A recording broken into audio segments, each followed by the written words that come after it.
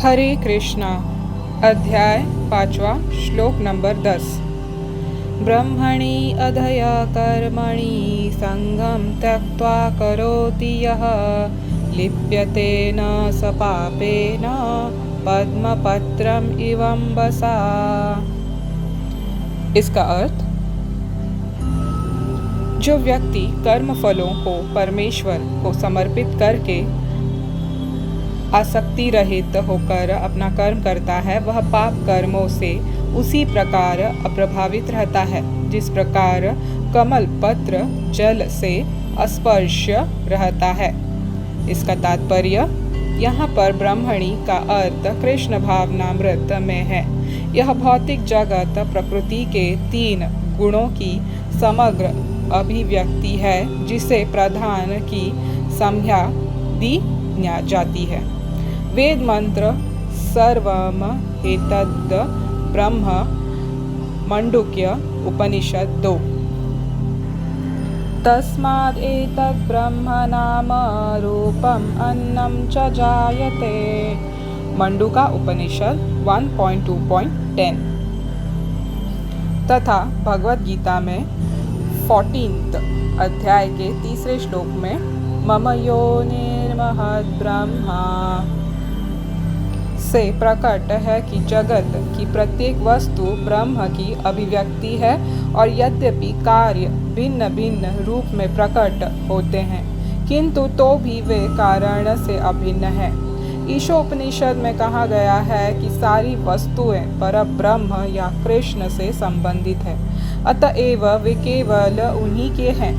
जो यह भली भांति जानता है कि प्रत्येक वस्तु कृष्ण की है और वे ही प्रत्येक वस्तु के स्वामी हैं, अतः प्रत्येक वस्तु भगवान की सेवा में ही नियोजित है। उसे स्वभावतः शुभ अशुभ कर्म फलों से कोई प्रयोजन नहीं रहता। यहाँ तक कि विशेष प्रकार का कर्म संपन्न करने के लिए भगवान द्वारा प्रदत्त मनुष्य का शरीर भी कृष्ण भावनामृत में संलग्न किया जा सकता है। तब यह पाप कर्मों के कल्मश से वैसे ही परे रहता है जैसे कि कमल पत्र जल में रहकर भी भीगता नहीं। भगवान गीता में 3 अध्याय के 30वें श्लोक में भी कहते हैं, मयि सर्वाणि कर्माणि सन्न्यस्य, संपूर्ण कर्मों को मुझे कृष्ण को समर्पित करो। तात्पर्य यह है कि कृष्ण भावनामृत विहीन पुरुष शरीर एवं इंद्रियों को अपना स्वरूप समझकर कर्म करता है, किंतु कृष्ण भावना भावित व्यक्ति यह समझकर कर्म करता है कि यह देह कृष्ण की संपत्ति है, अतः इसे कृष्ण की सेवा में प्रवृत्त होना चाहिए। हरे कृष्णा। तो ये था श्रीला प्रभुपाद जी द्वारा दिया हुआ तात्पर्य दोस्तों। तो दोस्तों, ये श्लोक में भगवान हमें इस भौतिक जगत में, अंधकार वाले जगत में, दुखमय से भरा हुआ, त्रास से भरा हुआ जगत में कैसे जीना चाहिए ये बता रहे हैं। ये रहस्य खोल रहे हैं। क्या बता रहे हैं? जो व्यक्ति कर्म फलों को परमेश्वर को समर्पित करके आसक्ति रहित होकर अपना कर्म करता है, वह पाप कर्मों से उसी प्रकार अप्रभावित रहता है जैसे कमल का पत्र होता है ना, जो जल से स्पर्श रहता है। आप कमल के पत्र पर पानी का छींटा डाल दीजिए, वो कभी नहीं रुकेगा, वो उसको लग कर नीचे गिर जाएगा, वो कभी पत्ते को गीला नहीं करेगा। तो ये कमल की पत्र की विशेषता है। वैसे ही हमको इस भौतिक जगत में रहना है। किसी भी चीज़ से आसक्त न होते हुए उस कर्म फलों से भी हमें आसक्त नहीं रहना चाहिए, क्योंकि तभी उसके रिएक्शंस हमको भुगतने पड़ेंगे। इसीलिए हर समय हर वक्त भगवान यही जोर लगा रहे हैं कि कर्म फलों को मुझे समर्पित करो। उसे क्या करना है मैं देख लूँगा, तुम्हें उसकी चिंता करने की ज़रूरत नहीं है। तुम बस अपना कर्म करो अनासक्त होकर उससे, तभी तुम उसके रिएक्शन से बच जाओगे। तो जो कृष्ण भावना भावित व्यक्ति है, माने भक्त है, कृष्ण भक्त है, वो हमेशा सब रिजल्ट, सब परिणाम सुप्रीम लॉर्ड कृष्ण को समर्पित कर देता है, सरेंडर कर देता है। उसे कोई डिजायर नहीं रहता इन प्रभावों का, ना ही उसे किसी अपने कर्मों का आसक्ति होती है। वो जो व्यक्ति कृष्ण भक्ति में नहीं है, उसे भौतिक शरीर और इंद्रियों के हिसाब से चलना पड़ता है। क्यों? वो पूरी तरह वशीभूत होता है। वो मांस भक्षण करेगा, वो परस्त्रीगामी करेगा, वो दूसरों की निंदा करेगा, अनीति अनाचार अपनाएगा, अपने जीवन को पतित करते गिरते जाएगा। ये सत्य है। ये हम झुटलाते हैं, रोज़ हम करते हैं, मगर हम झुटलाते हैं कि नहीं मैं तो ये सब नहीं करता हूँ, मैं एक बहुत ही अच्छा व्यक्ति हूँ, ऐसे हम दूसरों को प्रतीत करवाना चाहते हैं।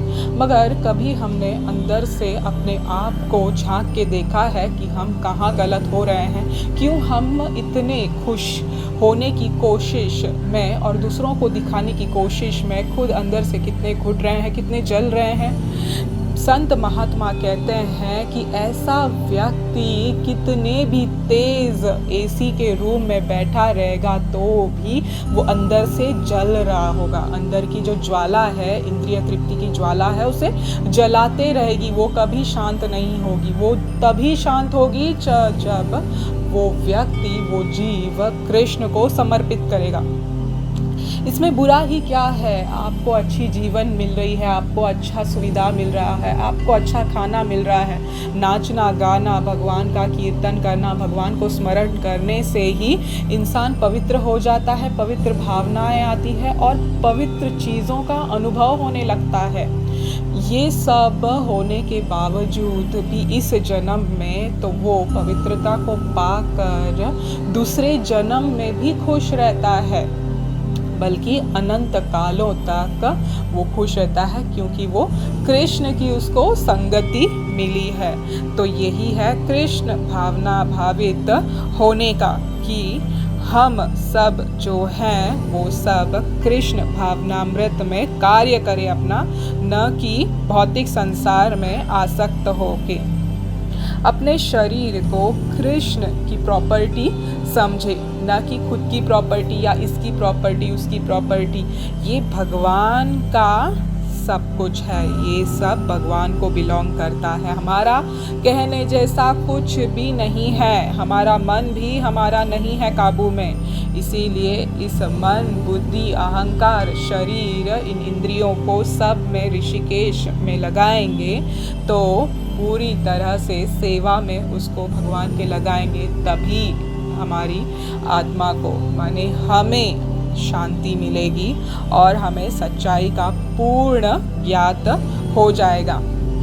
जैसे कि एक बार एक कथा में आप सब संत एकनाथ महाराज को तो जानते ही होंगे, महाराष्ट्र के बहुत प्रसिद्ध संत हुए हैं, जिनके ऐसे संतों के दर्शन मात्र से ही लोग पवित्र हो जाते थे।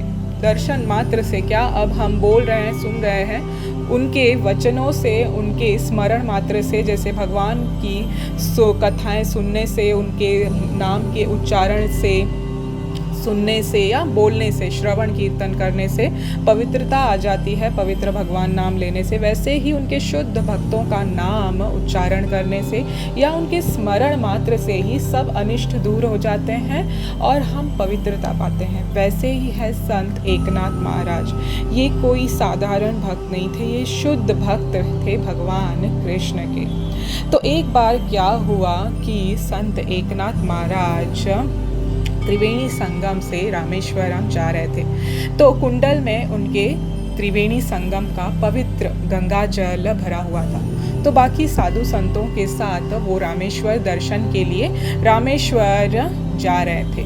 रामेश्वर जाते वक्त भजन कीर्तन करते हुए मनोहारी दृश्य वो देखते हुए अपने छवि, भगवान की छवि को अपने मन में, अंतःकरण में अपने विठ्ठला को रखते हुए जा रहे थे। तब उन्हें क्या हुआ कि बस रामेश्वरम पहुंचने ही वाले थे, तो उसके गेट पर मतलब द्वार पर एक गधा बहुत ही मूर्छित अवस्था में पड़ा हुआ था।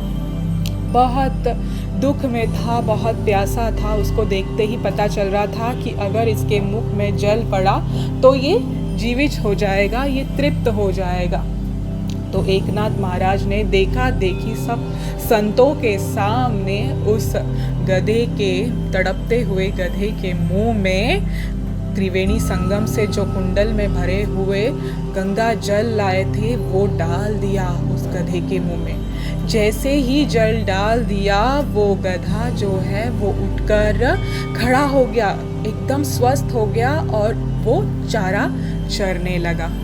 अब ये दृश्य देखकर जो संत महंत होते हैं वो तो खुश हो जाते हैं, तो वो वैसे ही एकनाथ महाराज खुश हो गए। मगर दूसरे संत जो थे उनके साथ वो खुश नहीं हुए, उन्हें अच्छा नहीं लगा ये दृश्य देखकर। उन्होंने संत एकनाथ जी से कहा कि महाराज, हम तो सोच रहे थे कि आप तो बड़भागी हो, आप बहुत ही पहुँचे हुए संत हो, मगर आप तो बहुत मूर्ख निकले।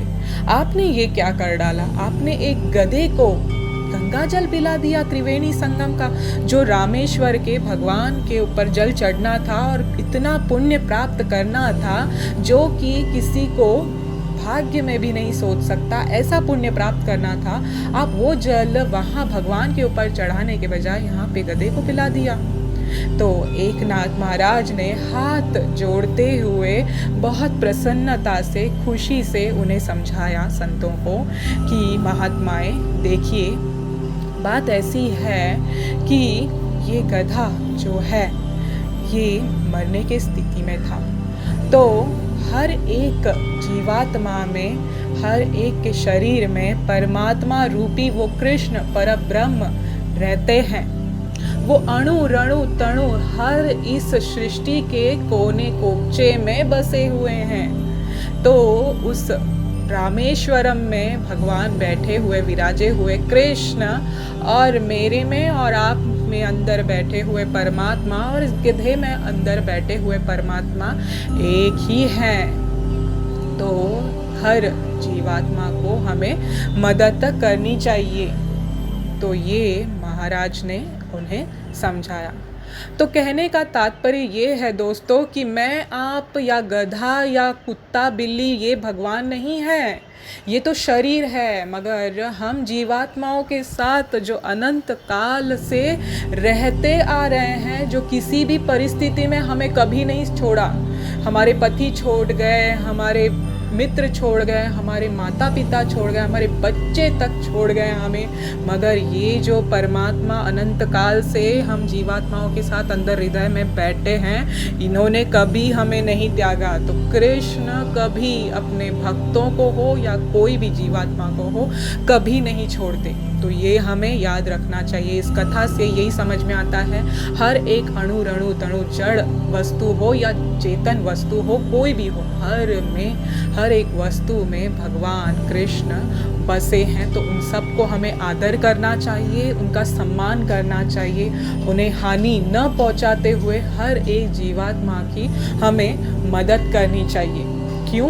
क्योंकि उनमें परमात्मा बसते हैं और परमात्मा हर एक पे नज़र रखे हुए हैं कि हम क्या कर रहे हैं, क्या नहीं कर रहे हैं। आजकल दुनिया में जो चल रहा है, ये इसी का भुगतान हम कर रहे हैं। क्यों? क्योंकि हम किसी की मदद नहीं कर रहे हैं, हम स्वार्थी होते जा रहे हैं, हम परमार्थी नहीं बन रहे हैं। हमें परमार्थी बनना है, हमें भगवान का भक्त बनना है, भगवान को जानना है। तभी हम दूसरों के प्रति सम्मान रखेंगे, ईर्ष्या भाव नहीं रखते हुए उन्हें प्रेम भाव से देखेंगे और किसी को हानि नहीं पहुंचाएंगे। तभी हमें हानि नहीं पहुंचेगा। भगवान देखेंगे कि हम कैसे किसी की मदद कर रहे हैं, हम कैसे किसका सम्मान कर रहे हैं। तो इन संतों से हमें सीखना चाहिए कि हमें हमारा आचरण अच्छा रखते हुए भगवत भक्त बनना चाहिए। तभी ही ये दुनिया बच सकती है, नहीं तो इसको कोई नहीं बचा सकता। हरे कृष्ण कृष्ण कृष्ण हरे हरे, हरे राम राम राम हरे हरे। श्री कृष्ण भगवान की जय, श्रीला प्रभुपाद की जय।